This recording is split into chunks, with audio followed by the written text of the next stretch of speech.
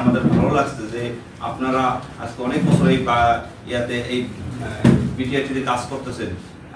আমি অনেকদিন দেখছি আপনার কাজটা আমাদের ভালো লাগতেছে যে বাঘ আসলে আপনারা মাইক বাজান, হরেন বাজান এবং সেটাকে জঙ্গলে পার করে দেওয়ার জন্য খুব চেষ্টা করেন। এটা একটু ধন্যবাদ আপনাদের। 2007 সালে গঠিত একটি অর্গানাইজেশন যেটা মূলত সুন্দরবনের বন্যপ্রাণী সংরক্ষণের জন্য কাজ করছে।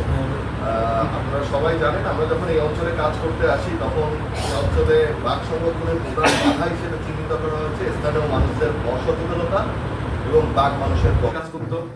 এখানে সে দেখলাম যে বিটিআরটি, ডিসিটি এরা অনেক অ্যাক্টিভ। আপনারা জানেন যে আমাদের একটা সময় বন বিভাগ কিন্তু রেভিনিউ কালেকশনের উপর বেশি ডিপেন্ড করতো, আমাদের রাজস্বটা বেশি আহরণ করতে হবে। তো এইরকম টার্গেট থেকে কিন্তু এখন সরে আসছে, যার কারণবশত আমাদের কিন্তু মেইন টার্গেট এখন কনজারভেশন, মানে বায়োডাইভার্সিটি কনজারভেশন যেটা আমরা বলি।